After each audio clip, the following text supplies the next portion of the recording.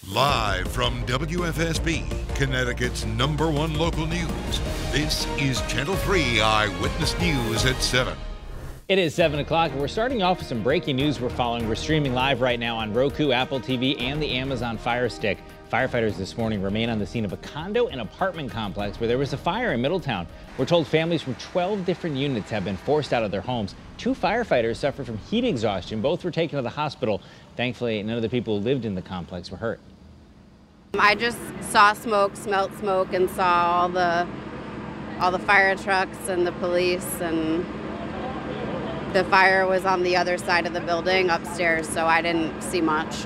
On arrival, we saw heavy smoke, so we called out a full first alarm, which brings department units in from Middletown, South District, Cromwell, and Middlefield. And so we went into operation and worked to extinguish it. At this point, there's still no word on what caused that fire. Moving on now to some developing news, some sad news. There's been an outpouring of condolences after the sudden death of former gubernatorial candidate Griebel. Griebel died yesterday, more than a week after he was struck by a car while going for a jog in Pennsylvania. Griebel was 71 years old. He was the former president and CEO of the Metro Hartford Alliance and twice ran for governor. From election reform to transportation and economic development, Griebel always had ideas to make Hartford and Connecticut a better place to live. Incredible energy. His passion for this place was contagious. He didn't care about labels. He didn't care if he had to work with Republicans or Democrats. He worked very well with both sides of the aisle. What he wanted to do was bring his ideas to fruition. His family is working right now on funeral arrangements. Now this morning, Senator Chris Murphy claims American kids would be safer if we removed police officers from schools. Yesterday, he and 3 other lawmakers introduced a bill that would eliminate school resource officers. Eyewitness News reporter Roger Suzanin has more on the controversial legislation. Tens of thousands of kids are arrested at school every single year, and a disproportionate number of these students are Black and Latino. Senator Chris Murphy says that issue has contributed to America's current civil rights crisis, and his solution to the problem is controversial. Murphy and 3 other lawmakers have introduced a bill that would actually remove police officers from schools. Murphy argues school resource officers often arrest students for minor things, which introduces them to the juvenile justice system at an early age, which makes a bright future more difficult. Murphy even argues SROs in classrooms actually make students less safe. We need to equip our schools with the resources they need to create a safe climate for all students. Our scholars need counselors and mental health practitioners, not more cops. The bill would divert federal funding away from supporting officers in schools and also support local agencies that want to terminate their contracts with police departments, which is why some critics in the law enforcement community say this is really about defunding the police. Parents we spoke with all feel the idea is bold, but they have mixed opinions over whether it's wise. Coming from the inner city schools myself, I could see that point being made.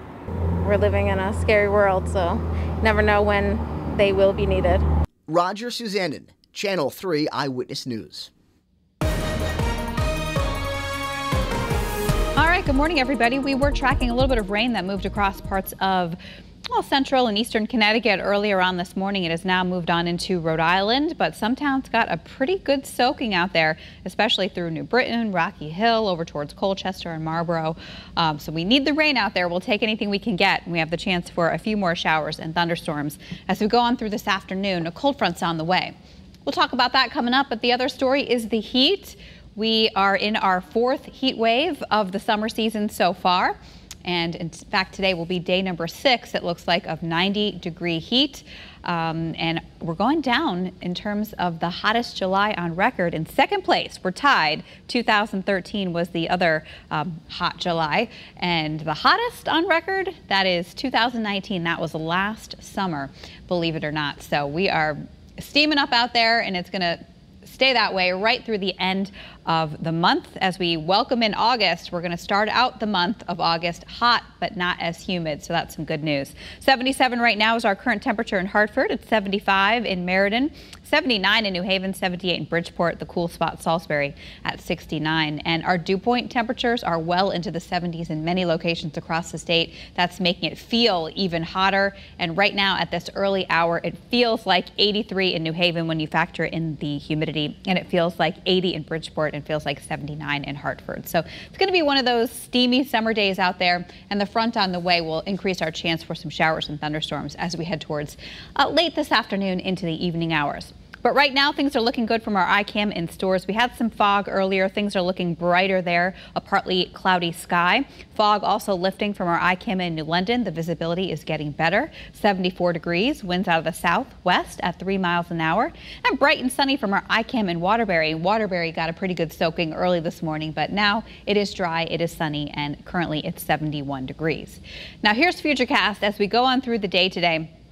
Will increase the clouds. But if you have outdoor plans, if you're wanting to make it a beach day today, a pool day, a lake day, I think for the most part you'll be okay through the midday hours. But it's later this afternoon that we're going to watch out for the potential of some showers and thunderstorms. So this is 4. We're still mainly dry, but western Connecticut, keep an eye to the sky. Some of these showers and thunderstorms will roll on through. And the main threats associated with them, if they do turn strong or severe, will be some hail, some gusty winds, and some very heavy rainfall. But again, not everybody will see them across the state. We need some substantial rain. It doesn't look like we're going to get it today, but again, a few towns could get a pretty good soaking. Then as we go on through the overnight hours, that front will actually stall just to the south of Connecticut. That's going to keep us a little unsettled. So tomorrow morning when you wake up, especially southern Connecticut, we'll still have some clouds. We'll still have the chance for some scattered showers and perhaps even a couple of hours of some steadier rainfall, which would be some good news. And then after 10, as we go through noon and beyond, we're going to see high pressure build on in, and that's going to bring back more sunshine, dry weather. It will be another hot day tomorrow, but the humidity will be much lower than what we're seeing out there today. And the humidity stays low for Saturday before creeping back up again the second half of the weekend. So notice here the Storm Prediction Center has placed Connecticut in the marginal area for the possibility of severe thunderstorms today. Again, it's not going to be where everybody sees them, but we're going to keep an eye on things and let you know if any warnings are issued. Tropical storm Isaias south of Puerto Rico right now, at least the center of it. Puerto Rico getting some flooding rains. This is headed towards the island of Hispaniola, the Bahamas. And then after that, we're watching anywhere from Florida through the eastern seaboard to see if this tropical storm will have any impact. In fact, it could impact our weather up here come next week. So some of our models are hinting at that, and we will definitely be watching it closely for you. Highs today will be in the 80s to low 90s. We're forecasting 91 in Hartford, 91 in Enfield, 88 in Bridgeport, and 89 in Willimantic. Here's a look at your 7-day forecast for tomorrow. 88 degrees after a little rain in the morning. We'll break out with some sunshine, not as humid.